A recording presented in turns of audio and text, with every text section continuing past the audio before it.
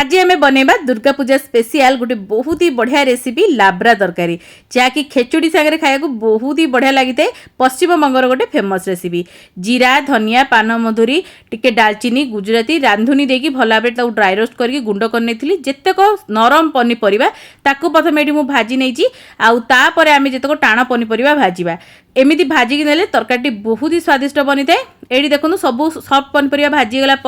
पंचुफुटण सुखिला लंका तेजपत्र देकी भल भाव फुटई नहीं तबे टाण पनीपरिया को सब देदेली आ भल भाव ये 1 ରୁ 2 मिनिट भाजी नेली। तापर हलदी गुंड काश्मीरी लंका गुंड टिके नाकू जीरा गुंड देदेबा स्वाद अनुसार लुण देकी भल भाव मिक्स करवा तापर छेचा होता अदा आ कंचा लंका को देकी बढ़िया भाव में मिसेकी भाजी नवा टिके घोड़े घोड़े आप भाजुवे जमीक आम बहुत भल भाव भाजी सब जिन भल भाव सीझीज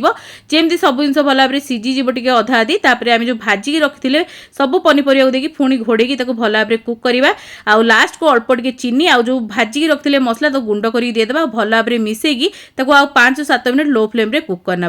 भल लगे छोट रेसिपी लाइक करेंगे शेयर करेंगे सब्सक्राइब फॉलो करने।